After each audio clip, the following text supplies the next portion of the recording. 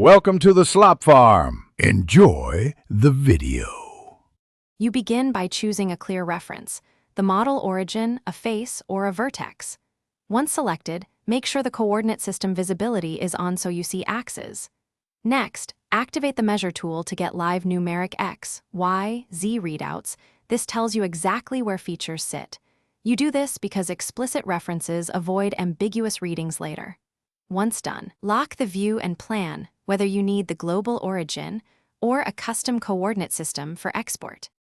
Now you create or snap to the coordinate system that will be reported. Insert a reference coordinate system and pick the exact vertex or face, then define the X and Y directions so directions are unambiguous. Make sure you choose the minimal rotation needed.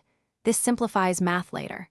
Once defined, inspect the coordinate system properties and copy the X, Y, Z positions and any orientation angles into your notes or a spreadsheet. This step ensures repeatable, exportable coordinates for machine. Finish by exporting and verifying the coordinates.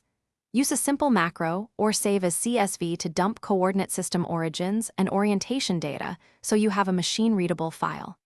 Then remeasure a few key points in Solidworks and compare them with the export. This confirms scale and unit consistency. If values disagree, make sure units match, no mates are moving the part, and suppressed features aren't shifting geometry. A single verification step prevents costly mistakes downstream. Thanks for watching. Consider subscribing if we helped you today.